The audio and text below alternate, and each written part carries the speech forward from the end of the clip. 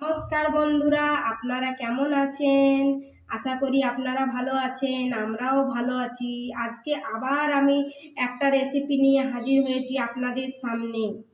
আজ আমি বানাবো পালং শাকে আলুতে বেগুন দিয়ে সবজি।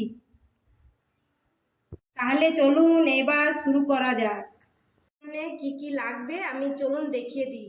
এখানে আমি 250 গ্রাম পালং শাককে ধুয়ে ফ্রেশ করে রেখে নিয়েছি। একটা মিডিয়াম সাইজের বেগুনকে অর্ধেক টুকরো নিয়েছি, আর একটা মিডিয়াম সাইজের আলু, আর একটা গোটা টমেটো, এগুলো লাগবে। তো চলুন তাহলে এবার পালং শাকগুলো কেটে নিই।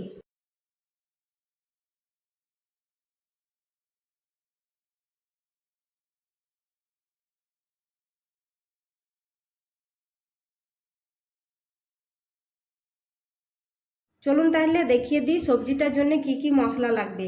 এখানে হাফ চা চামচ জিরা নিয়েছি, গোটা জিরা। এখানে হাফ চা চামচ সর্ষে নিয়েছি। এখানে 2টো পাকা লঙ্কা, 4টে রসুনের কোয়া, আর একটু আদা টুকরো। চলুন তাহলে এগুলোকে এবার আমি পেস্ট করে নিই। মশলাটা আমার পেস্ট করা হয়ে গেছে। চলুন তাহলে এবার সবজিটা বানিয়ে দেখাবো। সবজিটা একদম সিম্পলভাবে বানাবো, কোনো তেল মশলা বেশি দেবো না। আপনারা বাড়িতে ট্রাই করে দেখবেন, খুবই সুস্বাদু লাগবে খেতে। গ্যাসের ফ্লেমটা এবার অন করে আমি এবার কড়াইটা এতে বসিয়ে দেব। আমার গরম হয়ে এসেছে, এতে আমি 2 চামচ সরষের তেল দিয়ে দিয়েছি। এবার আমি এতে 5 ফোড়ন দেব, অল্প 5 ফোড়ন। এবার আমি আলুগুলো সামান্য ভেজে নেব।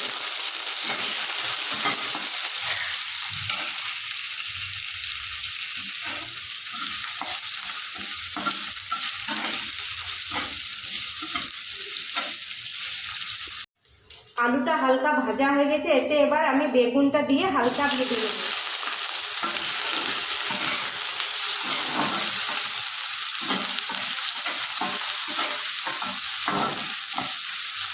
গ্যাসের ফ্লেমটা মিডিয়ামে রেখে এতে আমি সামান্য একটু হলুদ দেব। হলুদটা দেওয়ার পরও একটুকু ভেজে নেব। এবার আমি এতে সামান্য চিনি দেব।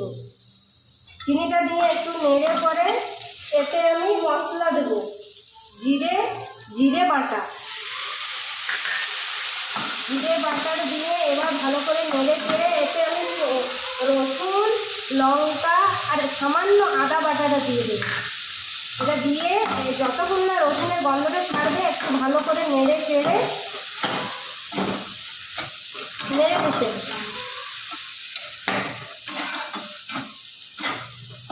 এবার এটাকে একটুকু আমি ঢাকা দিয়ে দেবো 1 মিনিট মতো। আমি ঢাকাটা খুলে নেব। খুলে পরে দেখি রসুনের গন্ধটা চলে গেছে। এবার গ্যাসের ফ্লেমটা বাড়িয়ে পরে আমি এতে পালং শাকগুলো দিয়ে দেব।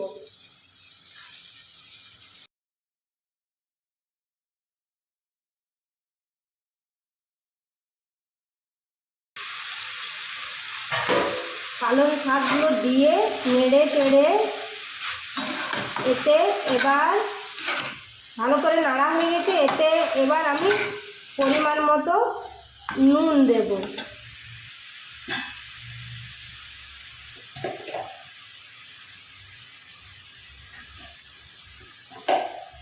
নুনটা দিয়ে কিছুক্ষণ ভালো করে নেড়ে ঢাকা দিয়ে দেব।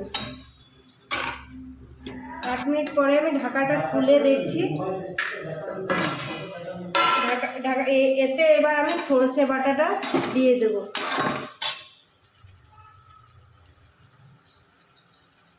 সরষে বাটাটা দিয়ে ভালো করে নেড়ে চেড়ে এতে আমি এবার একটা টমেটো এড করে দেব।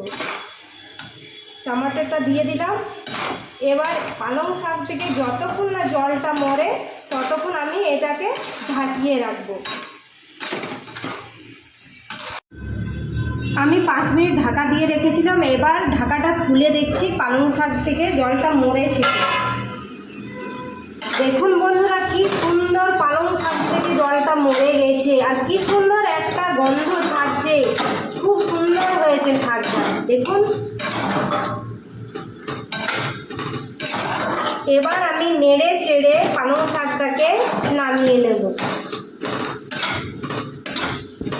বন্ধুরা, পালং শাকের সবজি কিন্তু আমার রেডি হয়ে এসেছে।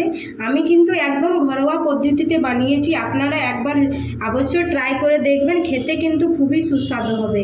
আর আমি ভিডিওতে নতুন এসেছি, তার জন্যে আমাকে সাপোর্ট করবেন এবং আমাকে লাইক করবেন, সাবস্ক্রাইব করবেন আর পাশে থাকা বেল আইকনটা প্রেস করবেন। ধন্যবাদ।